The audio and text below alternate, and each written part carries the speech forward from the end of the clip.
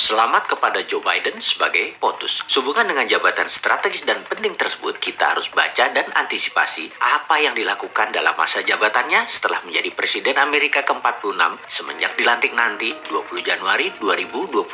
Kita harus bisa menjawab apa efeknya untuk dunia, apa pengaruhnya untuk Indonesia, dan bagaimana negara Amerika ke depan memainkan dunia. Saya selaku pendukung Trump, juga sebagai sesama anti-globalis dan anti-komunis, harus mengakui perjuangan Trump selesai. Namun, konsep bernegara Trump tetap menjadi salah satu acuan saya bernegara yang memilih alasan atau aliran patriotik nasionalis. Sebagaimana semua sahabat pasti tahu, ke depan saya pasti tetap anti-globalis, anti-kapitalis elitis, dan anti-komunis. Prinsip ini akan saya terus pegang, walaupun hanya sendirian. Itulah sikap bernegara saya. Sekedar mengingat informasi yang lainnya lagi. Dalam hal pilihan politik, maka strategi Bernie Sanders, kader Partai Demokrat yang kalah oleh Biden dalam pemilihan Partai Demokrat, adalah kebijakan dalam negerinya yang saya sangat suka. Jadi, dalam Mardigo Nation, kebijakan luar negerinya ala Trump patriotik nasionalis yang akan kita ambil. Dalam kebijakan dalam negeri, MMT-nya ala Bernie Sanders yang kita ambil. Kembali ke Joe Biden sebagai Presiden Amerika.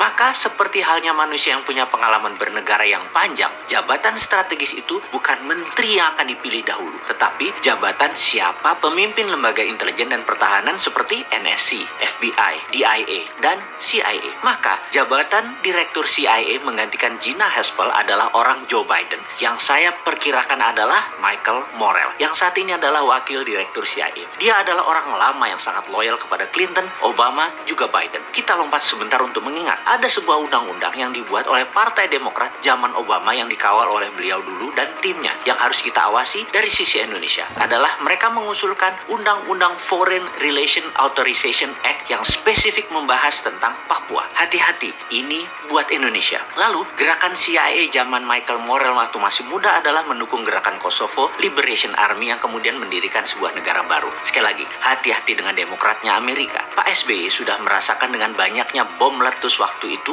Obama presidennya dari Demokrat. Soekarno sudah merasakan dengan dilengserkannya posisinya, yaitu presiden kala itu adalah LBJ, Lyndon B. Johnson dari Partai Demokrat juga. Soeharto sudah merasakan dengan serangan economic hitman di zaman Clinton. Habibie sudah merasakan juga di zaman Clinton juga presiden Amerikanya, yaitu lepasnya Timur Timur. Operasi CIA selalu dimainkan oleh mereka Partai Demokrat. Gerakan insurgensi adalah ciri dari mereka. Kalau Partai Republik perangnya di permukaan, Partai Demokrat warfare-nya pakai CIA operation dan shadow. Saya jadi takut urusan Papua. Itu saja. Kalau sama Trump, saya nggak takut Indonesia bakal belah, karena bukan targetnya Trump. Trump musuhnya Tiongkok dalam hal dagang dan ideologi demokrasi Amerika versus komunisme juga dengan Tiongkok. Namun Demokrat beda game plan mereka. Mudah-mudahan data saya ini adalah data lama, bukan data masa depan. Namun sebagai seorang yang menganalisa belasan tahun diajarkannya adalah pakai threat analysis, maka data lama, kebiasaan lama seseorang selalu dipertimbangkan sebagai bahan pembanding. Di dalam saya menganalisa threat analysis, kita buka strategi Madam Secretary Hillary Clinton yang terkenal dengan perkataannya pivot to Asia. Ini akan menjadikan perebutan sumber daya alam ke arah Asia. Front Timur Tengah untuk energi, minyak dan gas bumi, dan